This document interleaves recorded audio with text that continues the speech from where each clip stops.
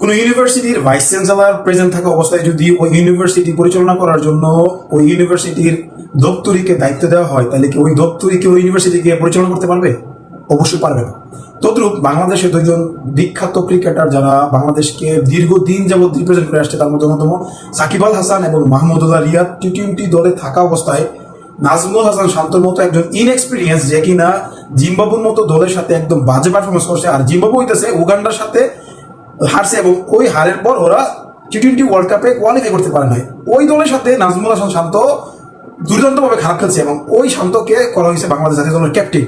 তো আমার প্রশ্ন হচ্ছে যে সাকিব আল হাসান এবং মাহমুদুল্লাহ রিয়াদের মতো দক্ষ এবং অভিজ্ঞ প্লেয়ার থাকতে নাজমুল হাসান শান্তকে কেন ক্যাপ্টেন করা হলো?